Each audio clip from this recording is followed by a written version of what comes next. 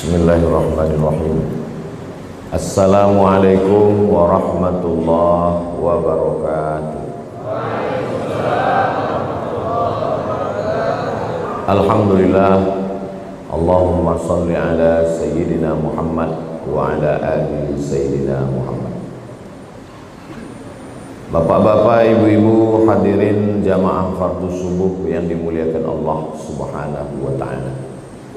Man shalla subha fi jama'atin, siapa yang salat subuh berjamaah, faka'annama shallal laila kullah, dapat pahala seperti salat sepanjang malam.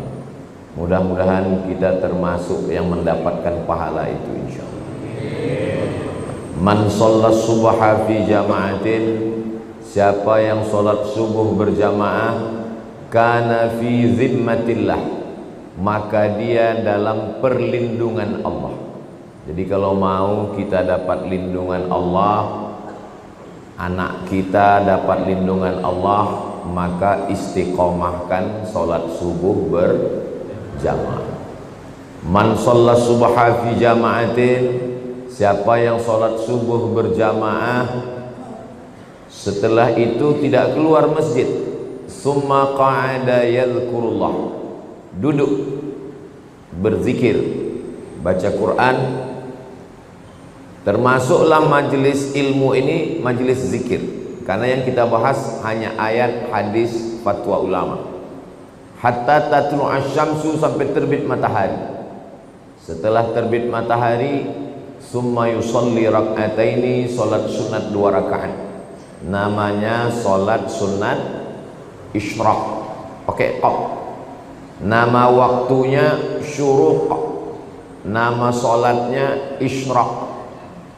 Usalli sunnatal isyraq raka'ataini lillahi ta'ala, kanat lahu ka ajri hajjatin wa umrah, dapat pahala seperti haji dan umrah.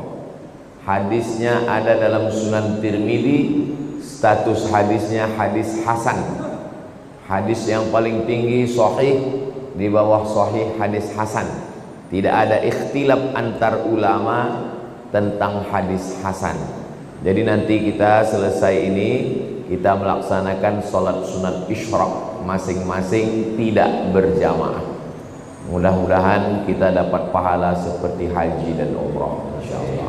Amin ya rabbal alamin. Subuh ini kita tidak hanya sekedar sholat, tapi juga kita menyambung tali silaturahim. Saya sampai di Mesir tahun 98. Di sini ada ustadz guru kita, kakak kelas saya yang lebih dulu setahun dari saya. Dia sampai di Mesir 97. Beliau adalah Ustadz Mar Sofwan. Itu kakak kelas saya. Ada yang lebih dulu lagi, Ustadz Mar Sofwan sampai 97, beliau 92. Namanya Ustadz Haruna Hashim. Tapi kalau kami duduk bertiga, wajah dia yang paling muda. Ini doanya belum dia ijazahkan lagi ke kami. Hadir juga bersama kita subuh ini sahabat Ustadz Abdul Somad. Jadi di setiap provinsi itu ada tim. Di antara tim Ustadz Abdul Somad di Kepri, Kepulauan Riau, dari sejak 2013 sampai sekarang, itu namanya Bang Hardi Slamet Hud. Kenal Bapak Ibu orangnya? Nah, jadi kalau nanti ada orang bertanya-tanya, kenapa Ustadz Somad turun gunung sekarang ini? Karena tim sahabat Ustadz Abdul Somad sedang balihonya berserak-serak di Batam. Itulah kenapa saya turun membuat tablik akbar, pertemuan entah kemana-mana sebagai ikhtiar. Jangan nanti Bapak Ibu tidak bisa menjawab kalau ditanya orang, kenapa Ustadz Somad turun ke Batam sekarang? Entah latah-latah aja dia itu sekarang. Ustadz Somad kalau ada tim yang mencalonkan diri, dia pasti turun, karena itu bagian dari dakwah. Karena kalau saya yang ceramah tak sanggup. Saya ke Batam ini setahun cuma 4 hari. Hari Jumat, Sabtu, Ahad, Senin, setahun sekali cuman saya turun. Tapi kalau ada tim Ustadz Somad itu yang duduk jadi penguasa, insya Allah terbantulah dakwah ini, insya Allah. Itu tujuannya. Saya yang memotivasi. Saya bilang ke Bang Hardi maju jadi gubernur. Kata dia nantilah 2029. Nah, kalau gitu jadi wali kota. Kalau belum sanggup jadi wakil dulu. Nah, ini semua adalah pesan-pesan supaya orang faham kekuasaan ini kalau tidak dipegang, dia akan dipegang orang lain. Jadi Bapak Ibu jamaah mengerti, faham, supaya kita tidak mudah termakan isu yang ada di internet. Jangan mau makan isu, jangan mau makan hoax, karena sampai hari ini kita masih makan nasi. Terserahlah mau makan lontong, mau makan mie, lendir, yang penting jangan makan isu, makan hoax. Yang mau kita bahas subuh ini adalah perjalanan kita berikutnya. Kalau haus, minum. Kalau lapar, makan. Kalau kepanasan, hidupkan kipas, hidupkan AC. Kalau kedinginan, pakai jaket. Selalu ada langkah antisipasi. Nah, yang mau kita hadapi ke depan ini apa? Yang akan kita hadapi nanti adalah yang pertama, sakaratul maut. Apa yang perlu kita siapkan untuk sakaratul maut ini? Banyak orang menghadapi pensiun udah siap. Saya Pak Ustadz untuk pensiun ini udah saya siapkan 100 pintu kos-kosan Pak Ustadz. Banyak betul Pak, baru pintunya aja Pak Ustadz.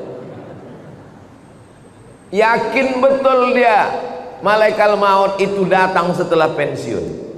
Tidak salah, tak ada salahnya orang yang menyiapkan ruko, menyiapkan kos-kosan. Bagus, tidak salah. Itu ikhtiar. Tapi tak banyak yang mempersiapkan untuk sakaratul maut. Siap-siap untuk pensiun, belum tentu jadi. Belum tentu. Bisa jadi sebelum pensiun sudah mati. Tapi mati ini tidak kita siapkan pun pasti mati. Yang paling pasti dalam hidup ini adalah mati. Apa yang kita siapkan untuk sakaratul maut itu? A'udzubillahi minasyaitonir rajim. Innal ladzina qalu rabbuna Allah tsumma istaqamu. Orang yang selalu menyebut Allah kemudian dia istiqamah, tatanazzalu alaihimul malaikah, turunlah malaikat waktu dia mau sakaratul maut, waktu ruhnya mau keluar dari jasad, turun dua malaikat. Malaikat yang pertama berbisik, alla takhafu, jangan kau takut. Karena rupanya orang mau mati itu takut. Takut sakaratul maut, takut azab kubur, takut mungkar nakir, takut titian siratal mustaqim, takut hisab, takut neraka, takut. Maka datang malaikat membisikkan, alla takhafu, jangan kau takut. Perasaan yang kedua orang yang sakaratul maut itu, wala tahzanu, jangan sedih. Rupanya orang yang mau mati itu perasaannya sedih. Sedih meninggalkan rumah, sedih meninggalkan anak, sedih meninggalkan bini, sedih meninggalkan BPKB, STNK, surat tanah, akte notaris. Sedih. Apa kata malaikat? Wala tahzanu, jangan kau sedih. Takutnya hilang, sedihnya melayang. Waktu itu hatinya kosong. Ketika itu malaikat membisikkan yang ketiga. Apa kata malaikat? Wa abshiru bil jannati allati kuntum tu'adun. Berbahagialah engkau mendapatkan surga yang dijanjikan Allah Subhanahu wa taala. Mudah-mudahan kita termasuk yang mati husnul khatimah, insyaallah. Apa syaratnya? Apa syaratnya supaya kita dapat macam yang disebutkan dalam ayat ini? Syaratnya kata Allah, qalu rabbunallah tsumastaqam. Istiqamah menyebut Allah. Bisa subhanallah, bisa alhamdulillah, bisa Allahu akbar, bisa la haula wala quwata illa billah. Afdalul dzikri fa'lam annahu la ilaha illallah. Makanya orang kalau dia ikut tarekat Naqsabandiyah, zikirnya Allah Allah Allah Allah Allah Allah Allah Allah Allah Allah. Alladzina yadhkuruna Allah, orang yang menyebut Allah qiyaman, waktu tegak, wa qu'udan, waktu duduk, wa ala junubihim, waktu berbaring. Duduk, tegak, berbaring, selalu mengingat Allah. Itu makanya melihat wajah di cermin menyebut Allah. Allahumma kama hassanta khalqi fahassin khuluqi. Masuk masjid menyebut Allah. Allahumma ftahli abwaba rahmatik. Keluar masjid menyebut Allah. Allahumma inni as'aluka min fadlik. Masuk ke WC menyebut Allah. Allahumma inni a'udzubika minal khubuthi wal khaba'is. Mau tidur menyebut Allah. Bismika Allahumma ahya. Yang dibaca, mau tertidur dia. Jadi kalau mau husnul khatimah, jangan berhenti menyebut Allah, Allah, Allah, subhanallah, walhamdulillah, la ilaha illallah, wallahu akbar. Macam mana sakitnya mati itu? Nabi Isra Mi'raj berjumpa dengan yang orang sudah mati beribu tahun. Sudah berapa lama kalian mati? Ribuan tahun. Macam mana rasanya mati itu? Macam kambing dikuliti hidup-hidup, macam mata kail pancing ditarik dari kulit yang basah, macam tebasan pedang beratus kali di tempat yang sama. Makanya kita selalu berdoa dalam doa selamat, Allahumma hawwin alaina fi sakaratil maut. Ringankan kami waktu sakaratul maut. Tulis di YouTube itu Sakratul Maut titik.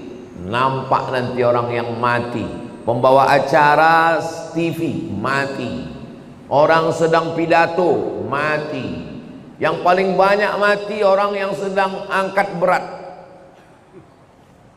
rupanya tak tahan jantung itu mati, orang sedang jogging mati. Nah, jadi mati ini kapan saja bisa terjadi. Apakah orang yang mati semalam itu sehari sebelumnya sadar dia mau mati? Tidak. Tiba-tiba aja datang kematian itu. Waja'a, datang dia sakratul mauti bil haq. Dia datang tiba-tiba. Hari ini kita usap kepala anak yatim, besok pagi kepala anak kita diusap orang sebagai anak yatim. Hari ini saya bicara mati, bisa jadi belum selesai tausiah ini saya sudah mati. Maka jangan pernah takut cerita tentang mati, karena kita semua akan mati. Kita sekarang hidup, resiko hidup adalah mati. Takut hidup, takut mati, jangan hidup. Takut mati, jangan hidup. Takut hidup, mati saja. Karena ketika kita berani menghadapi hidup, berarti kita sudah berani menghadapi mati. Yang kita persiapkan itu adalah mati dengan husnul khatimah, insyaallah. Apa yang sering kita dengar, apa yang sering kita tengok, apa yang sering kita pikirkan, itulah yang akan datang waktu sakaratul maut. Telentang kita di masjid ini, maka yang kita tengok adalah alhamdulillah, alhamdulillah, alhamdulillahi rabbil alamin. Itu maka kaligrafi ditulis di dinding. Supaya apa? Supaya mata menengok, Kalau bawa mobil dari Makkah ke Madinah, dari Makkah ke Jeddah, di pinggir jalan, subhanallah walhamdulillah la ilaha illallah wallahu akbar. Kenapa di pinggir jalan itu ditulis? Supaya kalau mati husnul khatimah. Beda tempat kita, di pinggir jalan yang tulis iklan es krim sama skincare. Makanya matinya bukan nyebut Allah, kredit. Apa yang sering kita dengar, apa yang sering kita tengok, apa yang sering kita pikirkan, itulah yang akan datang waktu sakaratul maut. Ada orang koma di masjid di Rumah Sakit Cipto Mangunkusumo Jakarta. Koma, belum titik lagi, masih koma, tidak sadar-sadar. Kata dokter, bawa orang ini ke rumah karena sudah tak ada harapan hidup. Ini tinggal menunggu aja lagi. Obat sudah tak ada sampai masanya mati ini nanti. Akhirnya anak istrinya pun dah menyiapkan mau bawa pulang ke rumah. Begitu mau dibawa pulang ke rumah, tiba-tiba duduk dia. Dokter pun terkejut, anak bininya pun terkejut. Kok sadar dia lagi? Akhirnya ditanyalah orang ini. Bapak kan koma? Iya. Di dalam koma itu apa yang bapak rasakan? Aku tak ingat apa-apa. Terus kenapa tiba-tiba sadar? Tiba-tiba datang Ustadz Somad. Apa kata dia? Ditanyanya saya, kapan kau buat tabligh akbar? Akhirnya saya pun terduduk. Pokoknya nanti kita buat tabligh akbar di kampung. Akhirnya dibuatnya lah acara di tepi Danau Maninjau. Nama acaranya Pulang Basamo. Akhirnya saya datangi bapak ini, dia dari Jakarta. Apa betul bapak koma di Rumah Sakit Cipto Mangunkusumo? Betul Pak Ustadz. Terus dalam koma itu apa yang bapak rasakan? Tiba-tiba Ustadz datang bertanya ke saya, kapan tabligh akbar? Itulah saya duduk sadar tuh Pak Ustadz. Lama saya menung. Jangan-jangan aku ini udah wali. Dua gendangnya, kalau tak wali murid, wali kelas. Saya ini orangnya rasional. Saya selalu penasaran, kenapa bisa saya datang ke dalam komanya itu. Lalu saya tanya dia, Bapak kalau pagi apa yang Bapak lakukan? Saya hidupkan handphone, saya dengar tonton YouTube Ustaz. Oh. Kalau Bapak sampai di tempat kerja apa yang Bapak lakukan? Kalau sedang kosong saya tonton lagi YouTube Ustaz. Kalau Bapak mau tidur malam apa yang Bapak lakukan? Sebelum saya tidur yang terakhir saya tonton adalah YouTube Ustaz. Baru saya paham. Apa yang selalu ditonton, itulah yang dibawa ke alam bawah sadar. Itulah yang datang waktu tidur dan waktu koma. Dan itu juga yang datang waktu husnul khatimah insyaallah. Rasional, masuk akal. Tanyalah sama pakar-pakar psikologi. Kenapa bisa itu yang terbawa-bawa? Makanya bapak-bapak pikirkan yang bagus-bagus aja. Jangan pikirkan yang waktu SMP SMA dulu. Mau dia mengigau tuh bawa ke malam. Tiba-tiba udah sambal belacan aja di muka. Maka saudaraku yang dimuliakan Allah Subhanahu wa taala, kalau yang kita pikirkan itu adalah akhirat, yang kita pikirkan itu adalah nama Allah, maka insya Allah kita semua mati dalam keadaan husnul khatimah. Nah, ruh kita keluar dari hembusan. Makanya orang yang mati itu biji matanya terbuka. Semua orang yang mati biji matanya terbuka. Apa yang ditengok waktu mata terbuka? Yang ditengok itu adalah ruh keluar dari mulut dan hidung. Dulu ruh itu masuk ke dalam jasad ini dihembuskan. Wa nafakhtu fihi min ruhi, aku hembuskan ruh. Rahaya ruhu, pergi berhembus. Ruh itu artinya pergi dan datang berhembus. Maka waktu datangnya berembus, perginya pun berembus. Ruh itu berjalan dari mulai ujung kaki sampai ke betis, naik ke lutut, naik ke paha, naik ke pinggang, terasa dingin, sejuk di kaki. Kalau ada bapak ibu yang udah merasa agak sejuk di kaki, tak lama lagi itu. Naik dia ke atas, naik dia ke atas, naik dia ke atas. Keluar dia dari mulut, biji mata menengok ruh itu keluar, maka datang orang lain memejamkan mata kita. Bismillah wa ala millati Rasulillah, inna lillah wa inna ilaihi raji'un. Menggerakkan tangan ringan, menggerakkan lidah ringan. Yang paling ringan adalah menggerakkan kelopak mata. Inilah yang paling ringan. Tapi waktu kita sakratul maut, jangankan menggerakkan tangan, jangankan menggerakkan bibir, menggerakkan kelopak mata pun tak bisa. Terbuka. Bini yang katanya buah hati belayan jiwa pun takut memejamkan biji mata kita. Datang anak ke masjid memanggil tuan imam, Pak Imam, tolonglah datang ke rumah. Ayah kami matanya tak tertutup-tutup dari tadi malam. Baiknya imam, padahal orang ini tak pernah datang ke masjid. Makanya masyarakat sini yang tak pernah datang ke masjidlah kalian. Untuk apa Ustaz sampaikan ini? Bukan orang ini datang, kirimkan video ini ke dia. Jangan sampai nanti akhirnya tuan imam yang datang ke rumah dia hanya untuk menutupkan kelopak matanya, dan akhirnya jenazahnya dibawa juga ke masjid. Seumur hidup ke masjid cuma 2 kali. Yang pertama akad nikah, yang kedua inna lillah. Mudah-mudahan kita istiqomah menghidupkan masjid ini insyaallah. Lalu kemudian setelah ditutupkan, kita pun ruh keluar dari jasad. Lalu kemudian kemana pergi ruh itu? Ruh itu dibawa oleh malaikat. Dalam hadis riwayat Imam Ahmad bin Hanbal, ruh dibawa di atas kain kafan dari cahaya. Lalu kemudian mengetuk pintu langit. Lalu kemudian malaikat yang menjaga pintu langit menengok ruh. Apa kata malaikat penjaga pintu langit? Inilah orang yang amalnya kami tengok 2 kali sehari.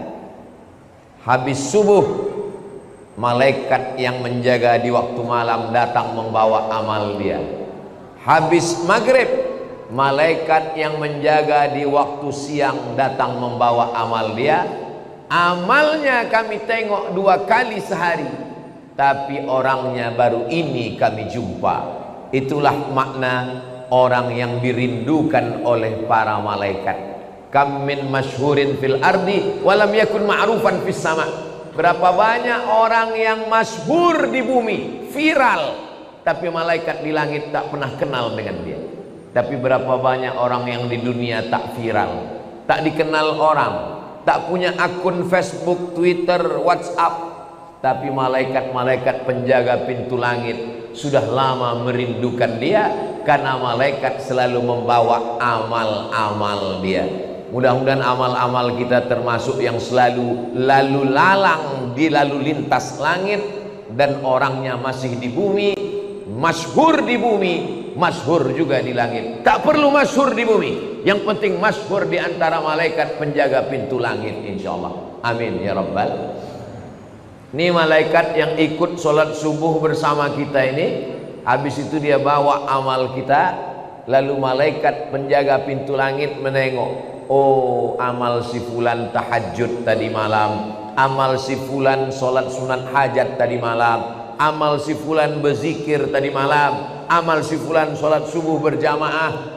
Amalnya ditengok malaikat tiap hari, tapi orangnya masih berjalan di atas muka bumi sampai akhirnya kita pun mati. Lalu ruh itu dibawa oleh para malaikat. Kenapa ada orang yang waktu penutup mukanya dibuka tersenyum? Kata Ustaz Somad, mati itu sakit. Kenapa ada orang yang mati tersenyum? Karena sebelum dia mati, malaikat mengepakkan sayapnya, lalu di sayap itu dia sudah menengok tempatnya di surga. Begitu nampaknya tempatnya di surga, tersenyum dia. Saat dia tersenyum itulah malaikat mencabut nyawanya. Maka ada yang mengalahkan sakit. Yang mengalahkan sakit adalah menengok tempat di surga. Mudah-mudahan kita termasuk orang yang menengok tempat kita sebelum kita mati. Ustaz Somad sudah pernah menengok tempat Ustaz di surga? Saya jangankan menengok tempat di surga, menengok tempat parkir mobil pagi ini pun tak tahu saya.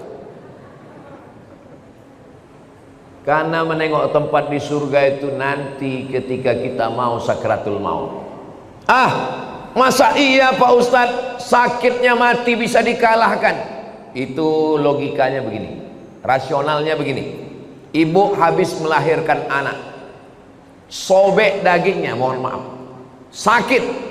Tak usah saya ceritakan sakitnya. Nanti kalau saya ceritakan ibu-ibu, alah macam pernah aja Ustadz itu.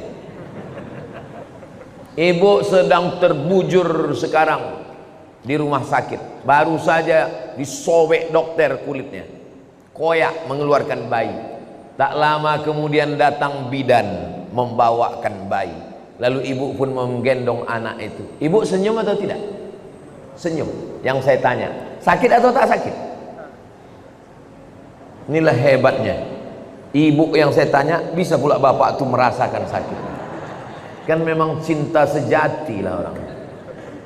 Ibu itu baru saja melahirkan anak, nyawa taruhannya, koyak dagingnya, tapi menengok anak tersenyum dia. Begitulah mati itu, sakit, tapi sakitnya kalah. Kenapa? Karena menengok tempat di surga, ditunjukkan Allah. Itu salah satu tanda husnul khatimah. Orang yang husnul khatimah itu irqul jabin. Irqul jabin, berkeringat jabin di atas kening atasnya. Kenapa? Kenapa orang yang mati husnul khatimah itu berkeringat di atas jabin ini?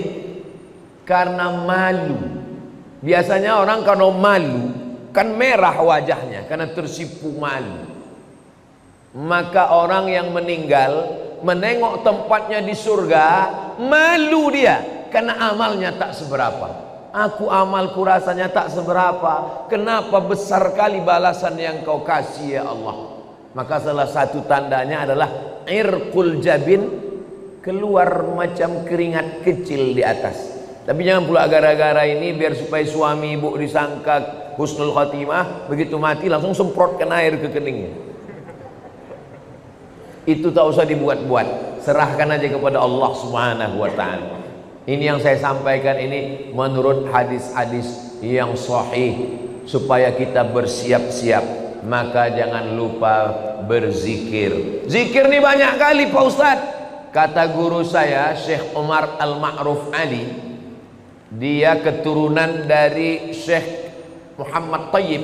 Syekh Muhammad Tayyib ini murid langsung dari Syekh Muhammad bin Abdul Karim Samman dari Madinah.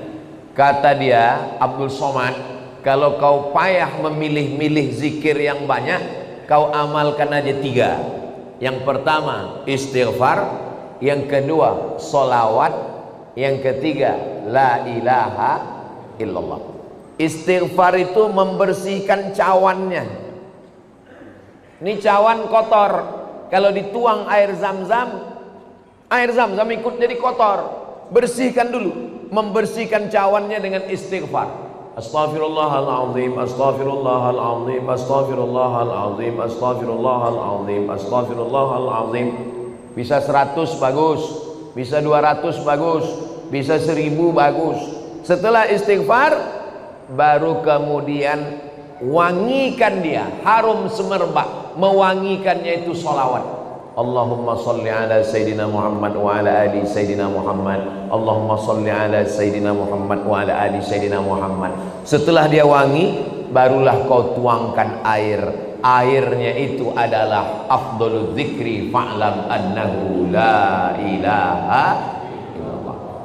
Ini masalah zikir ini, jangan karena mau ngejar cepat lalu bunyinya tak jelas.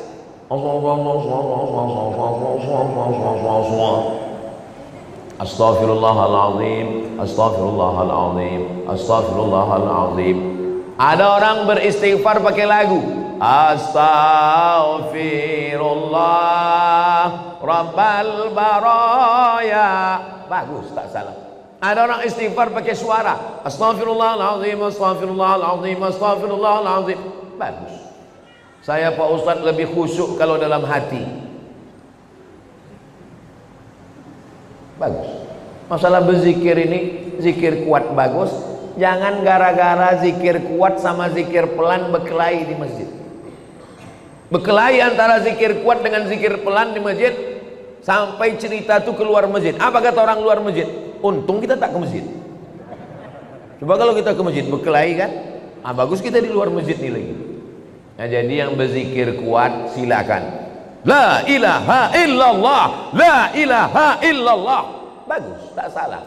Yang berzikir pelan bagus. La ilaha illallah, la ilaha illallah. Zikir kawan pelan, kita mau kuat, kita paksakan dia, kita ke telinga dia. La ilaha illallah. Apa mau kau kata dia? Kelahi kita dalam masjid. Saya Pak Ustaz terganggu kali saya sama zikir orang ini. Saya kalau udah dengar orang ini berzikir kuat terganggu saya Pak Ustaz. Berarti ada setan dalam diri kau. Orang yang terganggu dengan zikir berarti ada setan. Zikir tidak pernah mengganggu kita. Sebagaimana kita mendengar suara bacaan Al-Quran.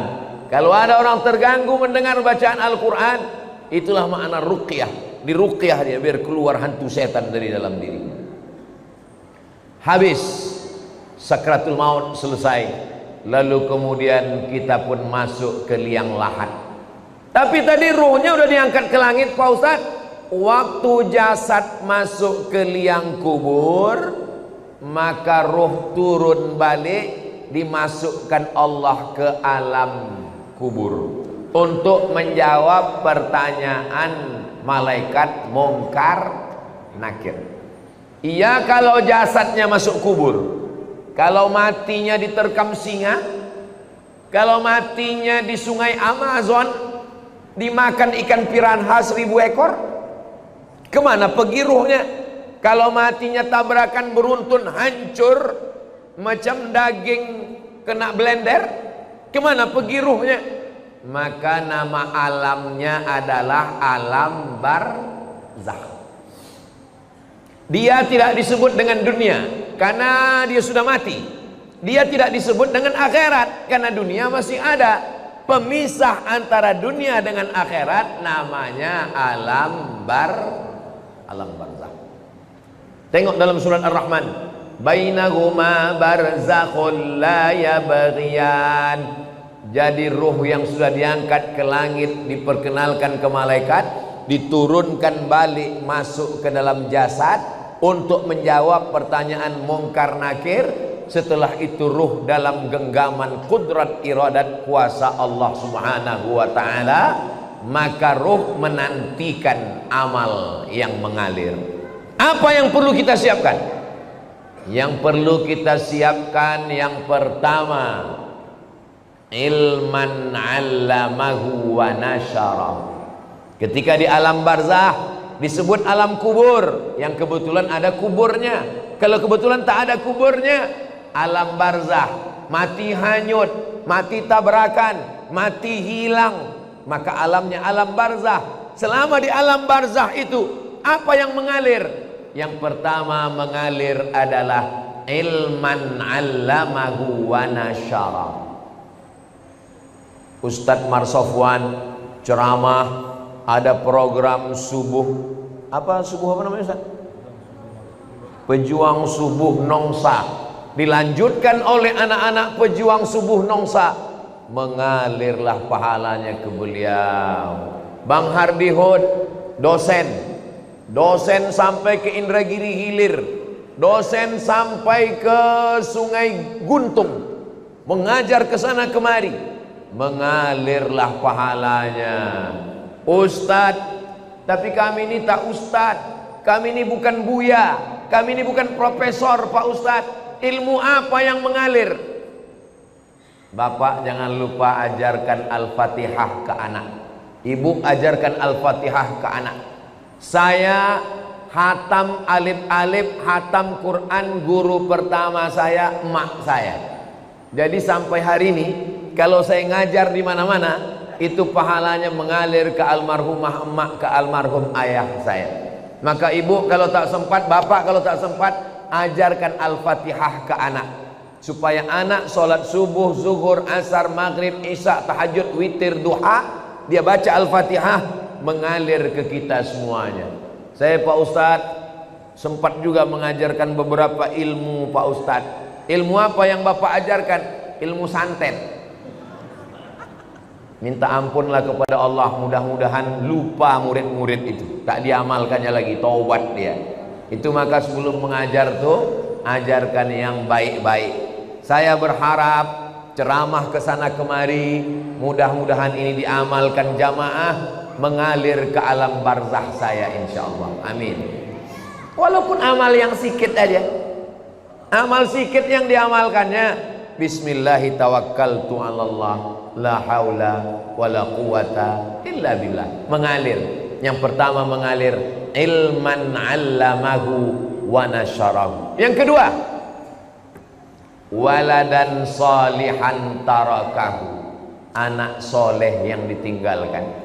Bangun anak soleh itu malam, tahajud dia, berdoa dia, Rabbil firli wali walidayya warhamhuma kama rabbayani shaghira. Mengalir pahalanya.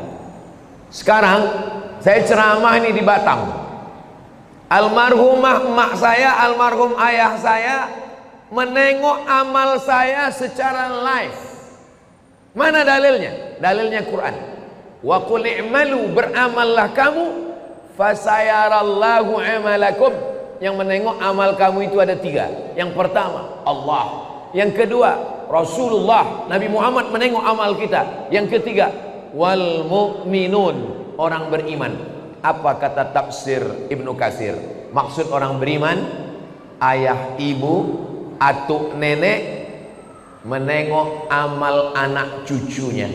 Maka moyang saya sedang menengok amal saya, macam jamaah yang nonton streaming live sekarang.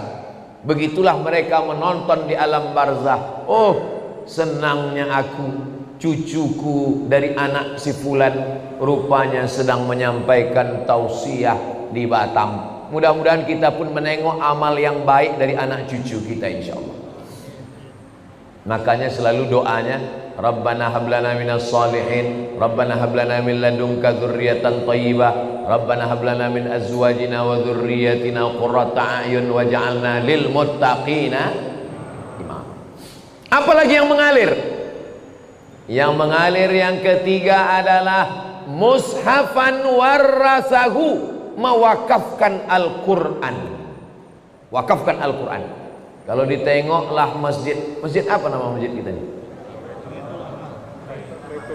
Masjid Baitul Amal. Itu wakaf Qurannya, Masya Allah. Kalau ditengok dari susunannya nampaknya Quran ini tak pernah dibaca ini. Janganlah begitu Pak Ustadz. Ini Quran ini disusun rapi ini karena mau pengajian subuh ini. Kalau tidak ada pengajian tunggang langgang lintang pukang juga Quran ini. Itu yang mewakafkan Quran ini meninggal orangnya. Kenapa ada tradisi wakaf surat Yasin tempat kita?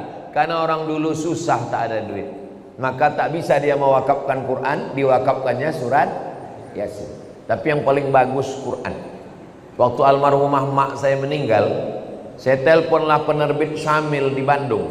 Assalamualaikum penerbit Syamil. Waalaikumsalam. Mak saya meninggal, saya mau mewakafkan Quran. Berapa Pak Ustadz? 1000 eksemplar berapa ya? Kalau untuk Somad, Ustadz Somad gratis kata dia. Kalau gratis 2000 lah saya bilang. Kalau 2000 bayar Pak Ustadz. Kalau bayar saya minta 5000. Saya minta 5000. Habis itu saya kirim ke masjid-masjid, ke pesantren.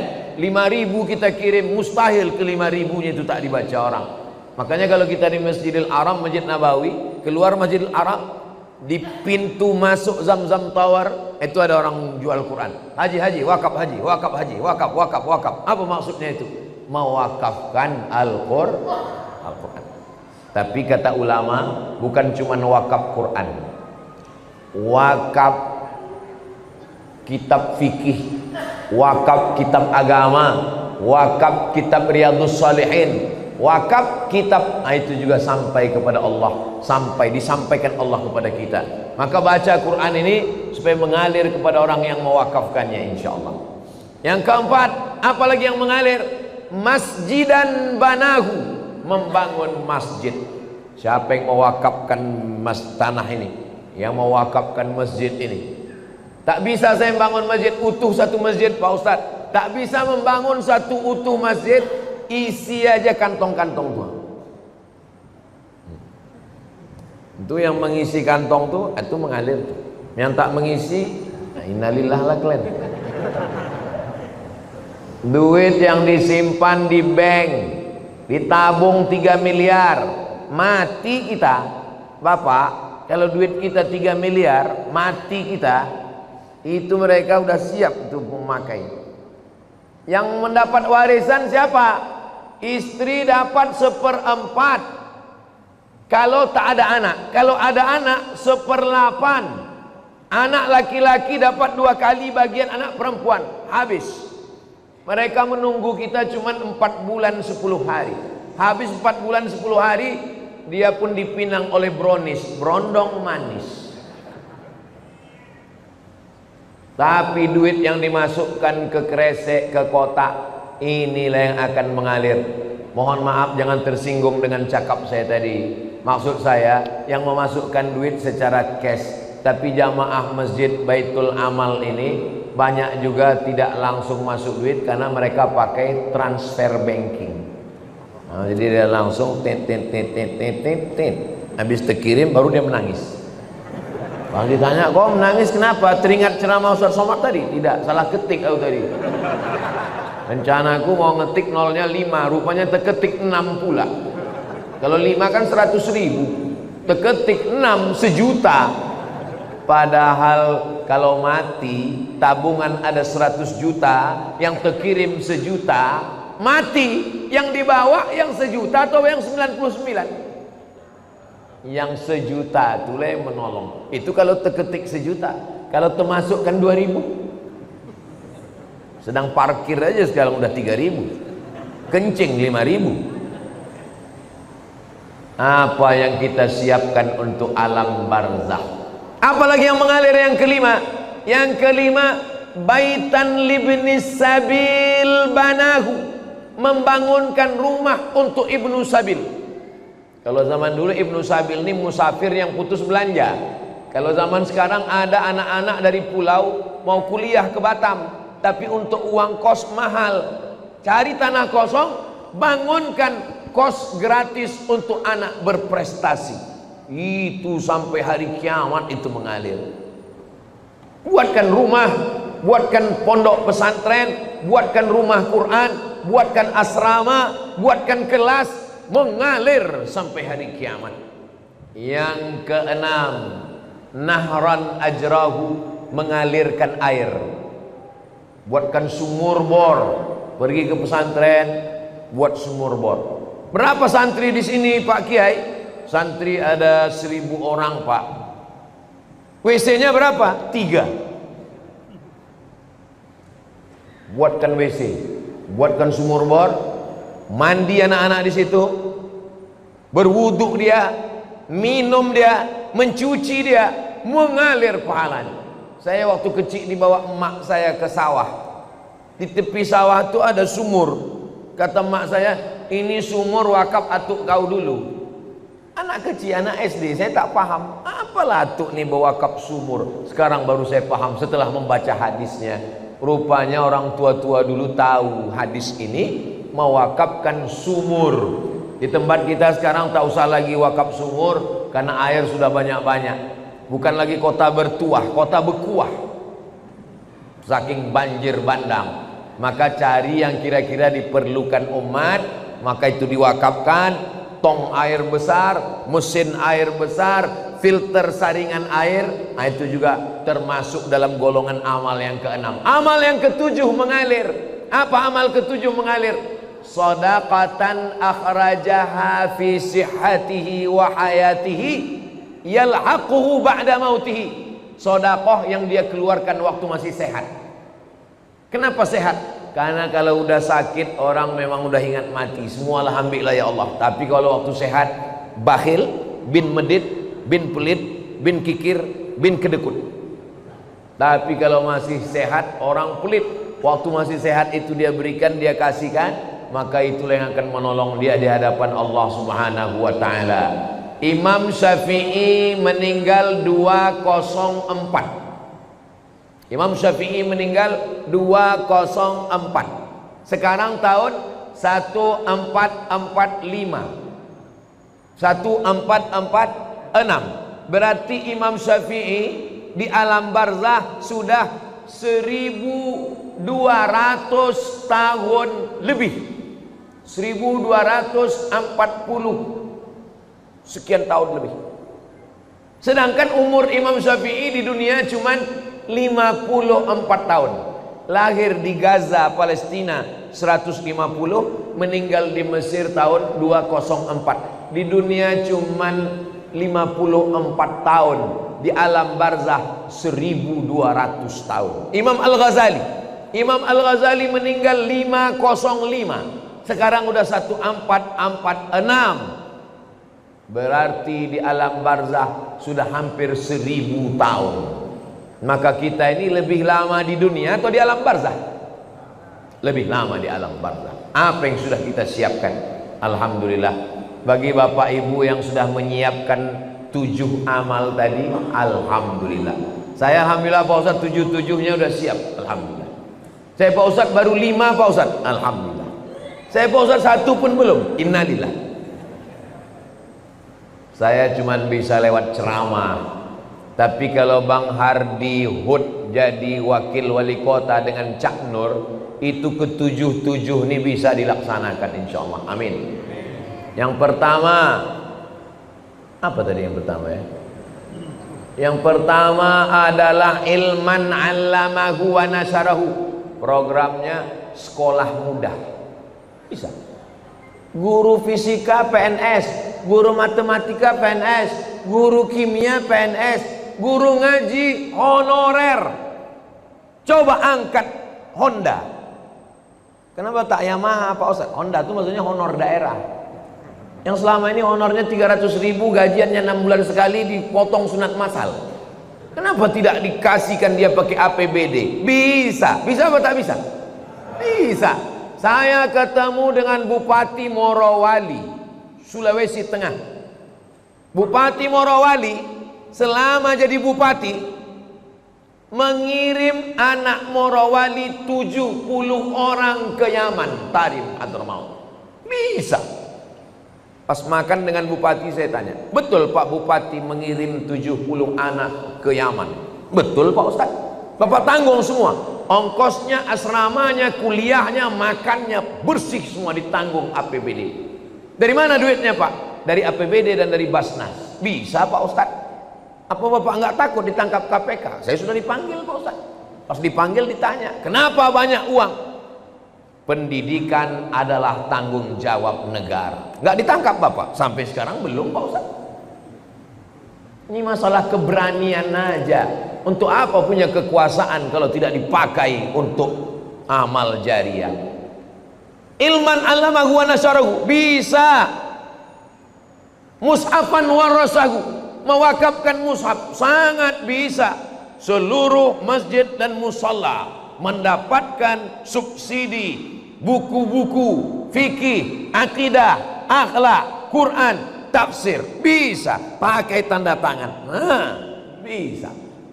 Kalau saya ceramah, berapa masjid lah yang bisa saya isi? Tapi kalau tim UAS ini kita dudukkan, maka insya Allah amal jariah ini kita pun juga akan mendapatkannya insya Allah. Amin ya Rabbal. Jadi kalau ada orang mengatakan jangan bicara politik, di masjid hanya membahas tentang masalah zikir saja, sholat saja, habislah umat kita diambil orang. Umatnya umat kita, tapi suaranya diambil orang. Sama macam susu sapi. Kata orang susu kambing, padahal susu sapi. Sapi punya nama, sapi punya susu, kambing punya nama. Saya tidak mau begitu. Jamaah di mana-mana saya arahkan. Masalah dia mau dengar tidak dengar, yang penting saya sudah sampaikan. Kalau tuan pergi sholat Jumat, jangan lupa bawa kain. Kalau sudah ada tim Ustadz Somad, jangan lagi pilih yang lain. Allahu Akbar. Jadi yang kita bahas subuh ini, tadi saya mulai jam 5, sekarang pas jam 6. Selama 1 jam ini yang saya sampaikan adalah baru 2. Persiapan sakratul maut dan setelah itu adalah apa yang kita siapkan di alam barzah. Habis alam barzah, kiamat, apalagi yang kita siapkan? Nanti kita lanjutkan setelah pelantikan Bang Hardi, insyaallah. Cak Nur dan Bang Hardi. Di akhir majelis, mari maghrib jam berapa di Batam?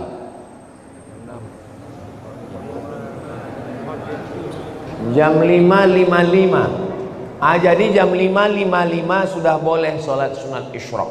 Kalau tak tahu jam berapa matahari terbit, untuk daerah Sumatera tidak sama dengan daerah lain. Untuk daerah kita di bagian Sumatera Utara, di Aceh, di Riau, Kepulauan Riau, itu tengok waktu maghrib.